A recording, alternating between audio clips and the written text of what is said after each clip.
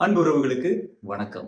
அன்பு மக்களே, கடந்த நூற்றாண்டுல ரொம்பவும் பிரபலமான ஒரு புனிதர் யார் அப்படின்னு சொல்லி கேட்டோம்னா, சின்ன பிள்ளைங்க கூட நம்முடைய கத்தோலிக்க திருச்சபையில சொல்லுவாங்க, புனித பாதிரே பியோ அப்படின்னு சொல்லிட்டு. இந்த பாதிரே பியோ எதற்காக அவ்வளவு பிரபலம் அப்படின்னு சொல்லி பார்த்தோம் அப்படின்னா, அவருடைய 5 வர காயங்கள், அதுக்கப்புறம் ஒரே நேரத்துல 2 இடங்களில் காட்சி கொடுத்து இறை பிரசனத்தை மக்களுக்கு வெளிப்படுத்தியவர். இன்னும் கூடுதலா நிறைய நம்ம சொல்லிட்டே போலாம் அவரை பற்றி. அவருடைய ஜெபங்கள், அவருடைய வல்லமை, பேயை ஓட்டியது அப்படிலாம் சொல்லிட்டே இருக்கலாம். ஆனா அந்த 2ம் மிக பெரும் தனி சிறப்புகள். அன்பு மக்களே, இந்த பியோ அவர்கள் ஏன் நம்ம ஜெபமாலைய தூங்கும் பொழுது தலையணைக்கு கீழ வைக்கணும் அப்படின்னு சொல்றாரு. அதற்காக அவர் சொன்ன 6 காரணங்களை குறித்து இந்த காணொளியில நம்ம பார்க்க போகிறோம். 6வது காரணம் ரொம்ப முக்கியம். அதனால கடைசி வரைக்கும் நீங்க காணொளிய பாருங்க.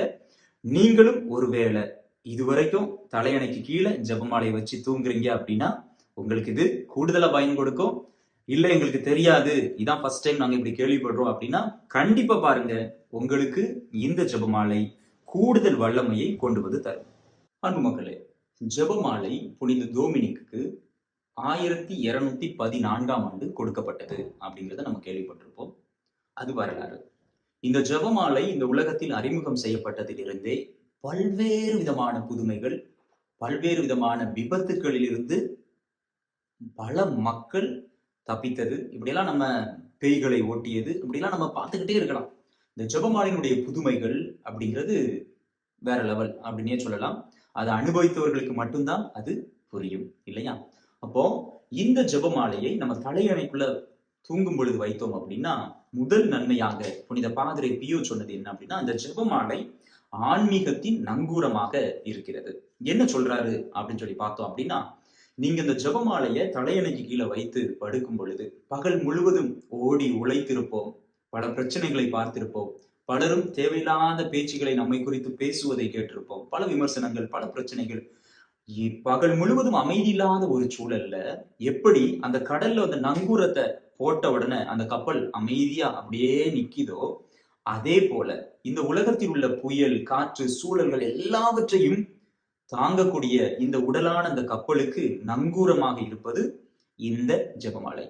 நீங்க இந்த ஜெபமாலை உங்க தலையணைக்கு கீழே வைத்து நீங்க படுத்தீங்க அப்படின்னா ஒரு அமைதி கிடைக்கும் அப்படின்னு சொல்லிட்டு புனித பாதிரி பியோ சொல்றாங்க.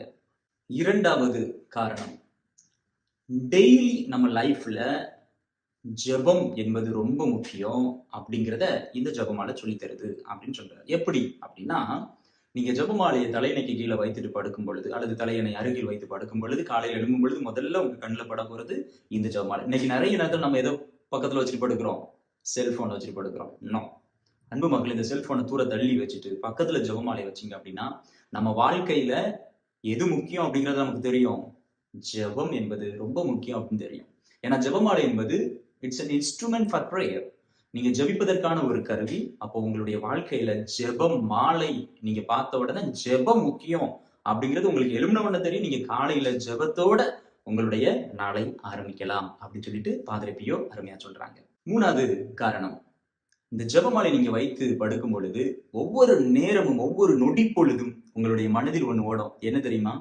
யோவான் நற்செய்தி 2வது பிரிவு, கானா ஒரு திருமணம். அந்த கானா ஒரு திருமணத்துல என்ன நடந்தது அப்படின்னு சொல்லிட்டு கத்தோலிக்கர்களுக்கு மிக அருமையா தெரியும் இல்லையா? என்னதை வாசிக்கணும், எப்படி வாசிக்கணும், பைபிளை எப்படி புரிந்து கொள்ளணும் அப்படிங்கிறத கத்தோலிக்கர்களை தவிர வேற யாரும் சிறப்பா சொல்ல முடியாது. அதனாலதான் நான் இதை சொல்றேன். கத்தோலிக்க மக்களை பொறுத்தவரையில ஆண்டவர் இயேசு கிறிஸ்துனுடைய நேரம் வருவதற்கு முன்பே அன்னை மரியாவினுடைய பரிந்துரை நாள் அங்கு தண்ணீர் ரசமாக மாறியது. நம்முடைய துன்பங்கள் இன்பமாக மாறும் அன்னை மரியா நமக்காக பரிந்துரைக்கும் பொழுது, நம்முடைய தடைகளுக்கு விடைகள் கிடைக்கும் அன்னை மரியா நமக்காக பரிந்துரைக்கும் பொழுது தன்னுடைய மகனிடம். இப்படி நம்ம சொல்லிட்டே இருக்கலாம். குறையை நிறையாய் மாற்றுகின்ற நம் தாய். சரியா? அதனால நீங்க ஜெபமாலை நீங்க உங்கள் அருகில் எப்பொழுதும் வைத்திருக்கும் பொழுது உங்களுக்கு என்ன தோணும்? உடனடியாக தோணுவது என்னது? அன்னை மரியா எனக்காக இருக்கிறாங்க, என் குடும்பத்துக்காக இருக்கிறாங்க, எனக்காக அவங்க பரிந்துரைப்பாங்க அப்படிங்கிற அந்த ஒரு உணர்வு நமக்கு வரும். அதனால நீங்க தலைவாணிக்கு அருகில தூங்கும் பொழுது ஜெபமாலை வைங்க அப்படின்னு சொல்லிட்டு புனித பாதிரி பியோ அவர்கள் நமக்கு சொல்லி தராங்க. 4வது காரணம் என்ன அப்படின்னா, to review the commitment which we made to God. கடவுளோட நம்ம ஒரு கமிட்மெண்ட் வச்சிருக்கிறோம். ஆண்டவரே நீங்க எனக்கு இதை செஞ்சா நான் இப்படிலாம் இருப்பேன் அப்படின்னு நம்ம நிறைய நேரத்தில் நம்ம ஜெபத்துல சொல்லுவோம். எல்லாத்துக்கும் மேல கடவுள் நமக்கு சொல்லி இருக்கிறாரு, நான் உங்களுடைய கடவுள், நீங்கள் என்னுடைய மக்கள். அப்ப என்ன செய்யணும்? இந்த 10 கட்டளையை கடைபிடிக்கணும் அப்படின்னு சொல்லி பழைய ஏற்பாட்டுல இருந்து புதிய ஏற்பாட்டுல இயேசு கிறிஸ்து சொன்னது வரைக்கும் நம்ம எல்லாமே அவரோட ஒரு கமிட்டடா இருக்கிறோம். அப்ப இந்த கமிட்டட ஒவ்வொரு நேரமும் இந்த ஜெபமாலையை பார்க்கும் பொழுது நமக்கு ஞாபகம் வரும். ஏன் அப்படின்னா, ஜெபமாலையில சொல்லப்படக்கூடிய ஒரு வார்த்தை கூட, நல்லா கவனிச்சுக்கோங்க. இன்னைக்கு நிறைய பிற சபையினர் என்ன சொல்றாங்க, ஜெபமாலை பைபிள்ல இல்ல அப்படின்னு சொல்லிட்டு. ஏன் கத்தோலிக்கர்களே இதை கேட்டுட்டு ஆமா இது எங்கேயோ உள்ளதை போலலாப்பா இருக்கு அப்படின்னு சொல்லி நான் சொல்றேன், ஜெபமாலையில உள்ள ஒரு வார்த்தை கூட பைபிள்ல இருந்து அப்பாற்பட்டது கிடையாது. எல்லாமே பைபிள்ல உள்ளது, தொடக்கத்துல இருந்து கடைசி ஆமென் வரைக்கும். அது அன்னை மரியாவுக்காக நம்ம சொல்ற ஜெபம் இல்ல, அல்லது அன்னை மரியாவிடம் நம்ம ஜெபிக்கிற ஜெபமாலை கிடையாது. மாறாக அன்னை மரியாவோடு இணைந்து தந்தை மகன் தூயாவியாரோடு நாம் ஜெபிக்கக்கூடிய ஜெபம் தான் ஜெபமாலை. அன்பு மக்களே, ஆக இந்த கமிட்மெண்ட்டை ரினியூ பண்றதுக்கு உங்க பக்கத்துல நீங்க ஜெபமாலை வச்சீங்க அப்படின்னா அது உங்களுக்கு உதவியா இருக்கும் அப்படின்னு சொல்லி புனித பாதிரி பியோ வலியுறுத்தி சொல்றாங்க. 5வது காரணம். இந்த காரணம் நமக்கே நிறைய நேரத்தில் தெரிஞ்சிருக்கும். எனக்கு சின்ன வயசுல இருந்து எங்க அம்மா சொல்லி கொடுத்ததும் இது உண்டு. என்ன அப்படின்னா, ஒழுங்கா தூக்கம் வரல அப்படின்னா ஜெபமாலையை ஜெபிப்போம். நிறைய நேரத்துல தூங்குறதுக்கு முன்னாடி என் தாய் ஜெபமாலை ஜெபிச்சுட்டு தூங்குறத நான் பார்த்திருக்கிறேன். அதே போல நிறைய பேர் நீங்க பார்த்திருப்பீங்க. இன்னைக்கு இருக்கிற கணவன் மனைவி, குறிப்பா உங்களுடைய குழந்தைகள் இப்பொழுது பள்ளியில படித்துக்கிட்டு இருக்குன்னா, நீங்க செய்யற மிகப்பெரிய தவறுகள்ல ஒண்ணு, உங்க குழந்தைக்கு ஜெபிப்பதுல நீங்க முன் உதாரணமாக இல்லாமல் இருப்பது. நீங்க ஜெபிக்கிறத உங்க குழந்தை பார்த்துச்சு அப்படின்னா தான் ஜெபிக்கும். நீ கார் வாங்குறது, பங்களா வாங்குறது, தோட்டம் வாங்குறது, இதெல்லாம் உன் குழந்தை பார்த்து அதே போலதான் ஆகும். ஆனா மன நிம்மதி இருக்குமா? இருக்காது. மாறா நீ ஜெபிக்கிறத பார்க்கும் பொழுது உன் குழந்தை ஜெபிக்கும். இந்த உலகத்தினுடைய பல்வேறு சிக்கல்களுக்கு தீர்வு ஜெபத்தில் தான் உண்டு அப்படிங்கிற அந்த குழந்தை புரிஞ்சுக்கும். அப்ப இதுதான் பாதிரி பியோவும் சொல்றாரு. இன்னைக்கு நிறைய பேருக்கு பிரச்சனை என்னது? தூக்கம் வராதது. தூக்கமே வரல பாதர். எத்தனையோ பேர் சொல்லி புலம்புறதை நான் கேள்விப்பட்டிருக்கிறேன். உங்களுக்கு தூக்கம் வரலையா? ஜெபமாலையை எடுத்து ஜெபிக்க ஆரம்பிங்க. மனசு நிம்மதியாகும். இருக்கிற வெயிட்லாம் அப்படியே இறங்கிரும். உங்களுக்கு தூக்கம் வரும். இதை நான் அடிச்சு சொல்றேன். இது என்னுடைய அனுபவத்துல இருந்து நான் சொல்றேன். நான் பார்த்தது அனுபவத்தில இருந்து சொல்றேன். இதை நீங்க செய்யுங்க. உங்களுக்கு தூக்கமே வரல அப்படின்னா ஜெபமாலை செய்யுங்க. உங்களுக்கு நல்லா தூக்கம் வரும். You will get good sleep, a sound sleep, no problem. Pray the rosary. 6வது பாயிண்ட், இதான் ரொம்ப ரொம்ப முக்கியம் அப்படின்னு நான் தொடக்கத்திலேயே சொல்லியிருந்தேன். இந்த ஜெபமாலை உங்களை ஈவில் ஸ்பிரிட், சாத்தான், தீய எண்ணங்கள், தீய சக்திகள் எல்லாத்துல இருந்தும் இரவு நேரம் உங்களை பாதுகாக்கும். உங்க பக்கத்துல இந்த ஜெபமாலை இருந்தது அப்படின்னா இரவு நேரத்துல ஏற்படக்கூடிய தீய சக்திகள், இரவு நேரத்துல தான் தீய சக்திகள் வலிமையா இருக்கும் அப்படின்னு உங்களுக்கு தெரியும். நான் சொல்லி தெரிய வேண்டிய அவசியம் இல்லை.